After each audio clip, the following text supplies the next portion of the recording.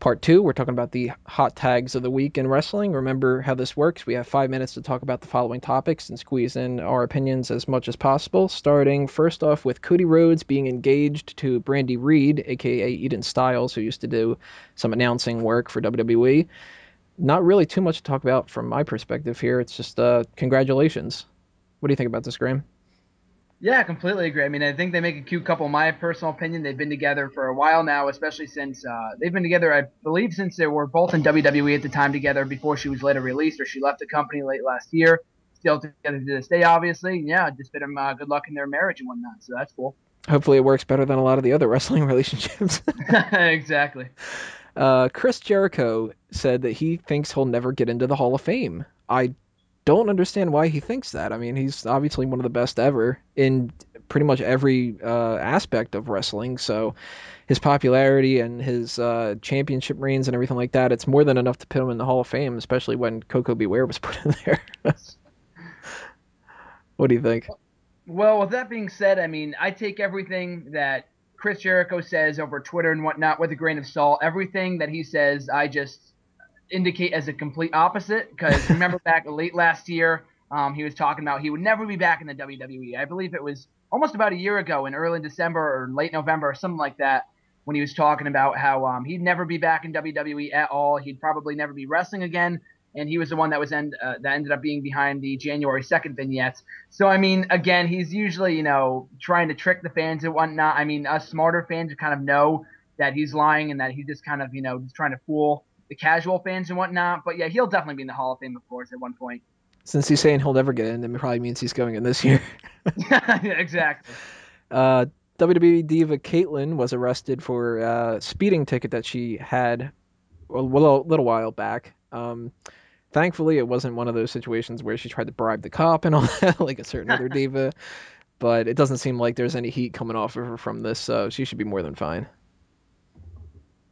Yeah, yeah. I mean, it was only a minor thing, so thankfully it was over quickly and whatnot. I mean, there's really nothing too much to talk about there, but yeah, she was released quickly because it was a $300 bond or something like that. But yeah, she's a great diva. She wasn't even in use of the tapings, I guess, that she drove to. But yeah, I found it surprising that she had a history with the parking tickets or something. That's why she was arrested in the first place, I believe.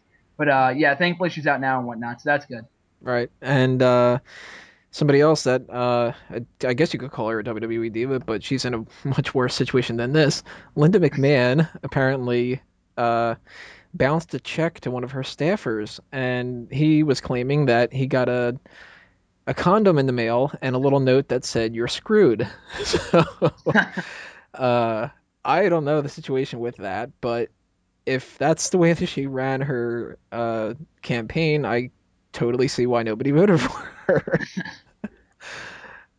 Yeah, it That's was a yeah, I mean it was a pretty funny situation. I mean, I live in Connecticut, so I hear about this kind of stuff all the time and the commercials were the worst. I mean, going into this thing, they've been airing for months before the election. It was the absolute worst. But when I read that a couple days ago, it was a pretty funny situation. I don't know if it was her specifically that meant to or implied that and the bad bounce checks that she sent, or if it was someone that worked for her. I'm not exactly sure. But even still, I thought it was a humorous situation, even though it was a little messed up. But yeah, that was pretty that was pretty interesting to say the least.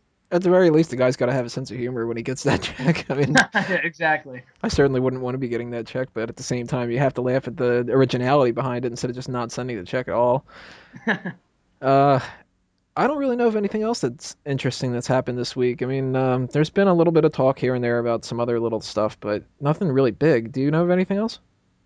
Not all that much. Not as far as like I don't want to say pop culture things, but more things that like legitimately happen, like the arrest and stuff like that, Linda McMahon stuff. Just more so that stuff that I've been reading about. As far as like news topics and what's gonna be like plans going forward. Like as regards to WrestleMania 29, who's Taker gonna be facing possibly. Stuff like plans for the Mrs. Face turn. Small stuff like that. Right. I hope that no matter who it is, Undertaker at least does have a match because I'm finally going this year, and if he doesn't, oh man, I'm gonna be pissed.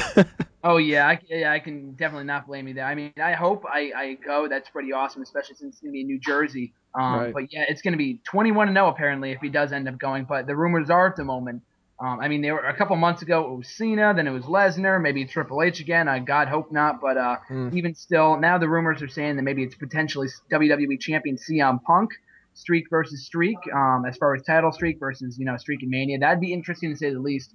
But we're gonna have to wait and see as far as the future. Only time will tell at this point, but it's gonna be interesting going forward. And if we know anything more about that, we'll of course update you as soon as possible. That should be it then for the hot tags. Since Burhan wasn't here this week, we didn't ramble, and we actually got it in the 5 minute time limit. Next part, we will talk about the latest round of the WWE tournament, and then we'll move on to the Survivor Series review and results.